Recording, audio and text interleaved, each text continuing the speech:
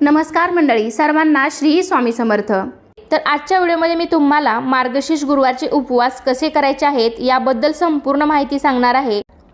ज्या पद्धतीने श्रावण महिना हा भगवान शंकरांना समर्पित आहे, म्हणजे आपण त्या महिन्यामध्ये संपूर्ण महिनाभर किंवा सोमवारी विशेष करून भगवान शिवशंकरांची पूजा आराधना करत असतो, तर अगदी त्याचप्रमाणे मार्गशीर्ष महिन्यामध्ये दर गुरुवारी श्री महालक्ष्मीची पूजा केली जाते। तर मार्गशीर्ष महिन्यातील हे महालक्ष्मीचं गुरुवारचं व्रत आपल्या घरामध्ये सुख, समृद्धी, शांती, समाधान, ऐश्वर्य मिळावं, त्याचबरोबर श्री महालक्ष्मीची आपल्यावर सदैव कृपा राहावी म्हणून हे व्रत केलं जातं। व्रत करणाऱ्याने सकाळी लवकर उठून स्नान करून शरीराने व मनाने निर्मळ होऊन पूजाविधी करायचा असतो।